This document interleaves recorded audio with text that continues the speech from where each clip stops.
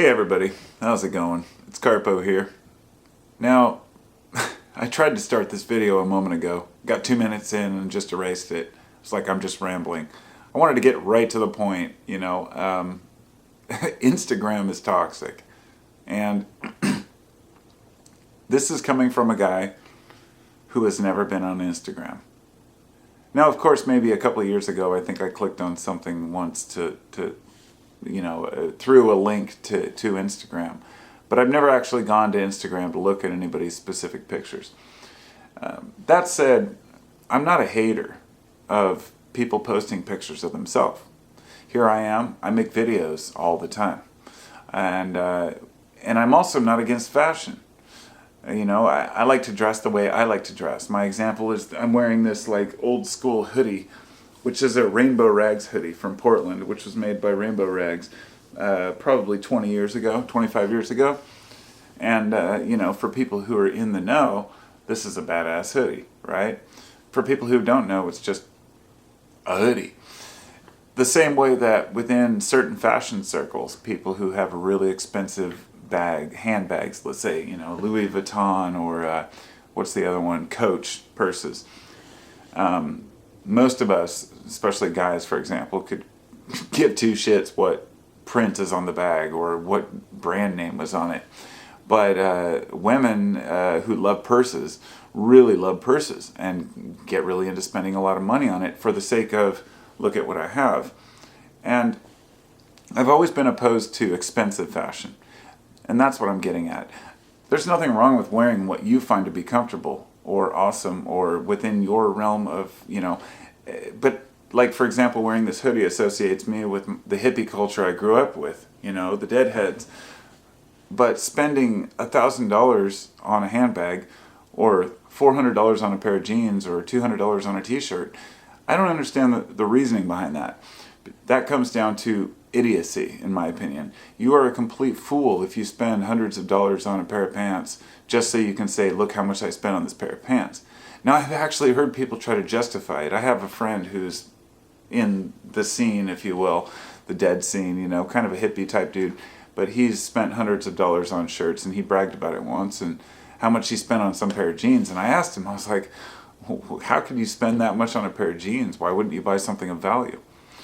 And he was trying to explain to me, well, they're great jeans, they're made well. And I was like, but these Levi's I'm wearing, I've been wearing for, 10 years, 20 years, and they cost me like, a tenth of the price.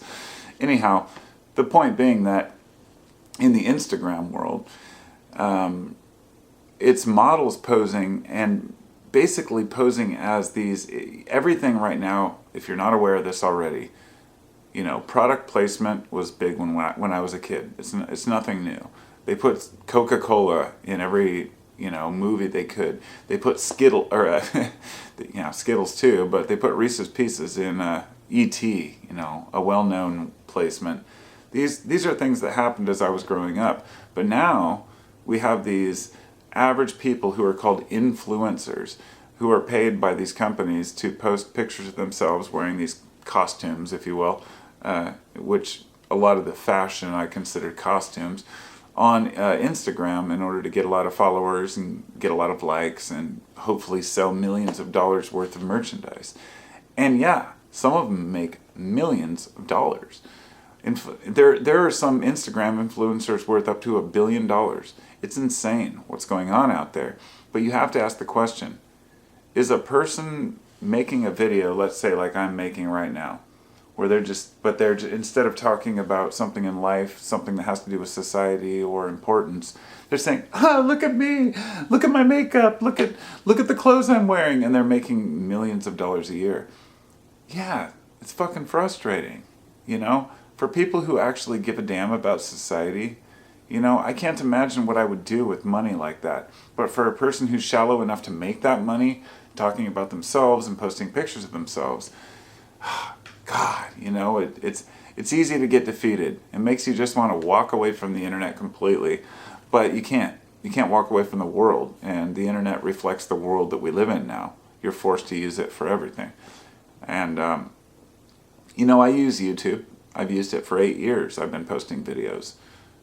Upwards of 4,000 videos easily total. I'm sure I've cleared 4,000. It was like 3,500. I erased a bunch in the past, plus my 2 or 3 other channels. Do all my videos have some deep meaning in life? No, of course not. But yeah, it makes you feel kind of like, what's the point when you make $100 on Patreon a month and you see people making $100 million a year talking about somebody else's product. And this is, I guess, the point I'm talking about, the line of selling out to another company or to some product in order to make yourself basically a model for a product.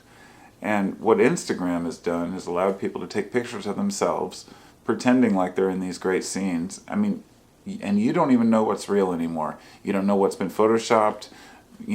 Although, everybody blows their titties up and their lips and makes them look more luscious and beautiful, and the background scenes are enhanced, and a lot of the shit is done on green screens, and you don't even know what's real anymore. And you wonder, it was bad enough when large companies, large marketing firms, and advertising companies were spending billions of dollars to sit around on round tables and say, how do we fool people into buying our product?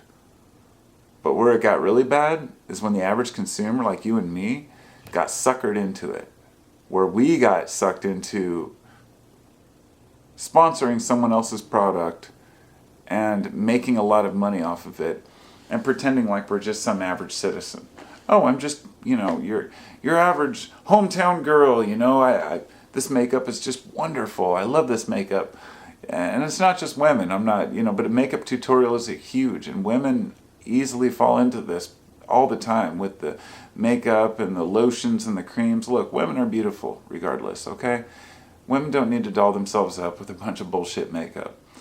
Sure, everyone wants to look nice. And I guess that's the point that I wanted to get across at the beginning, is that we all uniquely have our own thing that says, this is me. Whether you're in your raw form or in some dolled up, ridiculous form, or whether you're a jock that wants to be the tough guy, or some hippie who's cool with just kicking back and being scrawny like myself, or whether you depend on your brain or your brawn, that kind of stuff.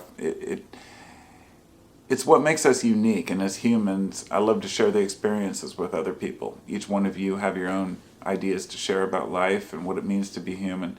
And then there's this whole side of it where there's people pretending to be average people. People making a really good effort to pretend like they're just like you and me, but they're making tens of millions of dollars a year off of selling you products.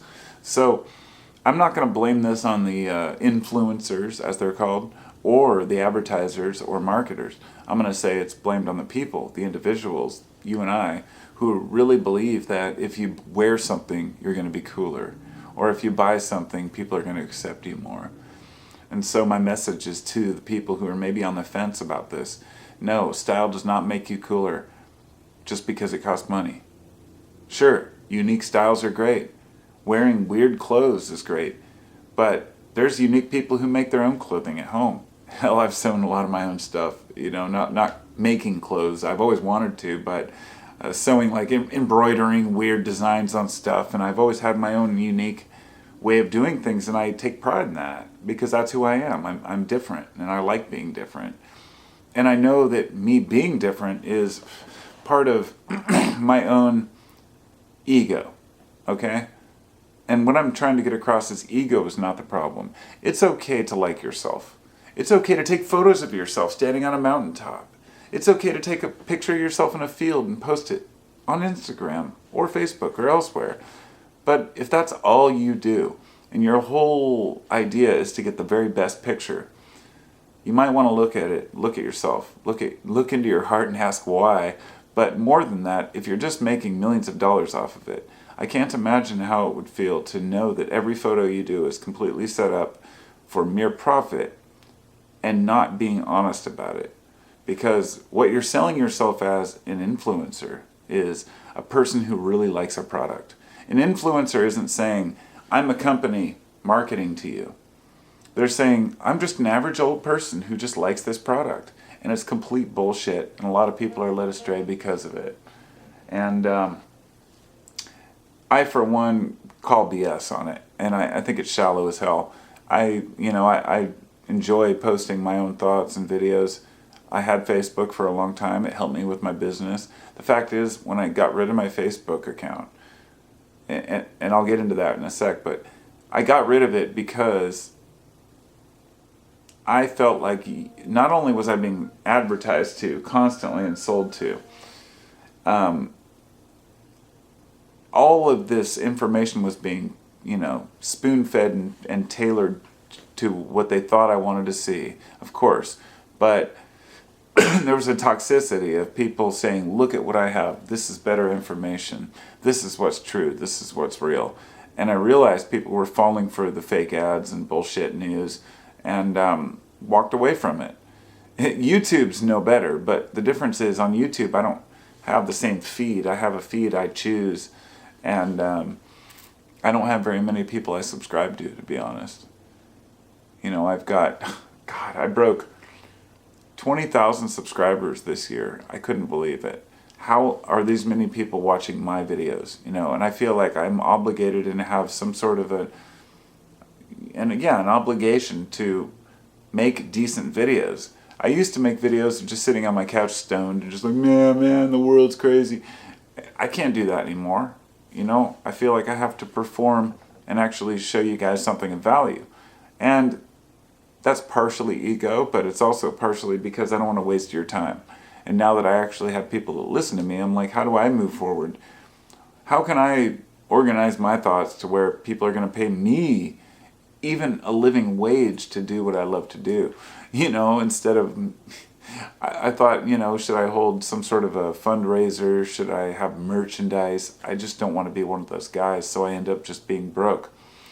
But I'm not going to say that's completely true, because it was during my YouTube career channel, not career, I never made money off it, but when I made my secondary channel and started talking about my business with my herb business, and where I had kratom, but I also moved on to various mushroom extracts and a variety of other, I was making my own capsule blends, and then I faded away from it for a while because I lost faith, and I've gone back and forth. I'm just being honest. I'm human.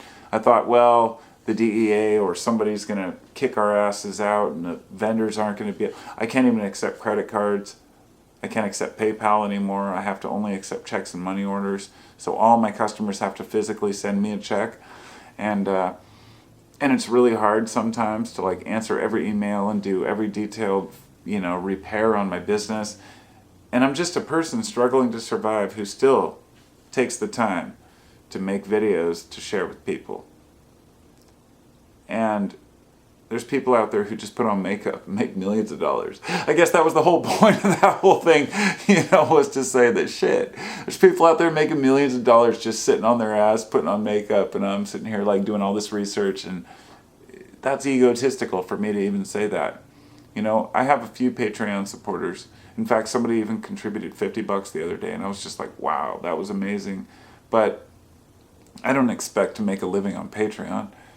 But I refuse to have ads on my channel, and it's because, and I'm not bringing that up to be like, poor me, but because that's what the Instagram influencer is one giant commercial. And people are like, we love you, you're great, you're wonderful. Oh, you're such an inspiration to women all around. Or, oh, this guy's such an inspiration, look at all the clothes that, the clothes that people wear. The fact that people use clothing to determine who they are and define themselves, it's not even sad. It's offensive to being a rational thinking human. The fact that, but let me back up for a minute. I don't want to make it seem like fashion doesn't matter. I know that we peacock, human species, here we are, right? We're trying to peacock for one another. The men want to show the women that they're worthy. The women want to show the men that they're the right woman. And now we're in this sex war between the feminists and the men going their own way, or the incel groups, which are really just fringe groups, very small, very, very small minority of men and women. But isn't it true that the person who's most upset is usually the loudest? The person who's having the worst day, the baby who's not happy is crying.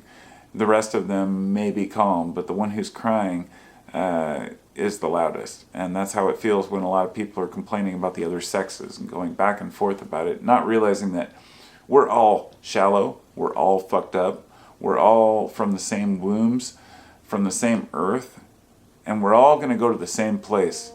We're all going to die. And as my alarm keeps going off, it's reminding me that I have to go pick up my my offspring in about 10 minutes. I have to walk up there and pick them up at their school because my car's broken down. But I wanted to make this video first. I hope it's not too... when I make videos, sometimes I just don't upload them. Sometimes I make them at night when I've been drinking or something, and I'm like, oh God, I shouldn't upload that. I did one the other day to my other channel, but really these videos, when I'm raw and honest with you, it's to show you that I'm human. And the reason I'm talking shit, because I don't feel like it's right to talk shit about other people. But I do feel it's okay to talk shit about a societal problem. And Instagram is a toxin. Facebook, when I terminated my account a year ago, like I said, I lost... This is the third time I've done this, but I eliminated so many toxic conversations that I'd had, with family, friends, random strangers. Why sit and talk politics on Facebook? What's the point? It's a waste. But I had a group that was for Carpo's Botanicals, my herb business, and I was like, well, this way I can connect with my customers that do use Facebook. I'm not going to fault them. But I haven't been on there in a year. I lost a ton of business for not being able to be in instant contact with people. Just trying to be human and avoid the internet, these parts of the internet. It kind of forces you out as the outcast. I had MySpace with our band when, 10, 12 years ago, and it was like moving on to putting it on SoundCloud and things like that. And it's like the internet evolves and people evolve. And my hope is that we evolve past this idea that Instagram is somehow beneficial to us.